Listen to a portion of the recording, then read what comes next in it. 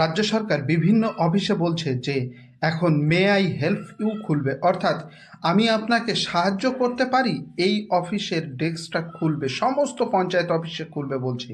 কারণ কি, সেখান থেকে বিভিন্ন নথি দেওয়া হবে, সেখান থেকে আপনার জন্ম সার্টিফিকেট দেওয়া হবে, পার্মানেন্ট রেজিস্ট্যান্স সার্টিফিকেট দেওয়া হবে, তারপরে ফ্যামিলি রেজিস্টার সার্টিফিকেট দেওয়া হবে, বিভিন্ন ঘর পেয়েছেন সেই সব সার্টিফিকেটগুলো দেওয়া হবে। তো এই যে সার্টিফিকেটগুলো যেগুলো এসআইআর আবহে দরকার ছিল মানুষের, তাদের জন্য তাহলে কেন আগে খুলে দেওয়া হলো না এই হেল্প ডেস্ক? যখন এক এক করে এসআইআর হিয়ারিংয়ে মানুষ একেবারে বিভিন্ন সমস্যায় জর্জরিত, যারা এই ১৩টা ডকুমেন্টসের ভিতরে দেখাতে পারছে না কাগজ, সেখানে তো এই কাগজগুলো দেখানোর কথা বলা রয়েছে, যে পার্মানেন্ট রেসিডেন্ট সার্টিফিকেট, তারপরে হাউস সার্ভিং ২০০৫, সাথেগুলো তো নিয়ে যেতে পারতো, তারা তো রিসিভ কপিটা অন্তত আনতে পারতো।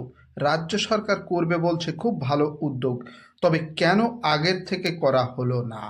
এই যে সাধারণ মানুষের এত হয়রানি, তারা তো পঞ্চায়েত অফিস থেকে, যাদের কাছে কোনো প্রমাণ নেই ওই ১১ দফা ডকুমেন্টসের, তারা তো এই ডকুমেন্টসগুলো নিয়ে গেলেই তাদের দুটো তিনটে করে প্রমাণ হয়ে যেত। তাহলে রাজ্য সরকার কেন এদেরকে প্রথম থেকেই দিল না? আমি আবারও বলছি যে এখানে কিন্তু এসআইআর হিয়ারিংয়ে বলে দিয়েছে ১৯৮৭ সালের আগে যে কাগজগুলো, আপনার কাছে যে কোনো কাগজ থাকলে সেটা কিন্তু মূল্যবান। যাদের লজিক্যালি ডিসক্রিপেন্সি আছে তাদের তো আরও বেশি মূল্যবান। আবার সাথে এই যে ফ্যামিলি রেজিস্টার, তারপরে permanent register, house serving, census ২০১১, এই সমস্ত কাগজ কিন্তু বৈধ প্রমাণ হিসাবে আপনি দেখাতে পারতেন, কিন্তু রাজ্য সরকার সেটা প্রথম থেকে করেনি।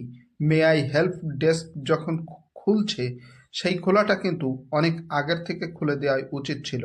আর আগের থেকে খুলে দিলে সমস্ত সাধারণ মানুষই কিন্তু এখান থেকে সাহায্যটা পেত।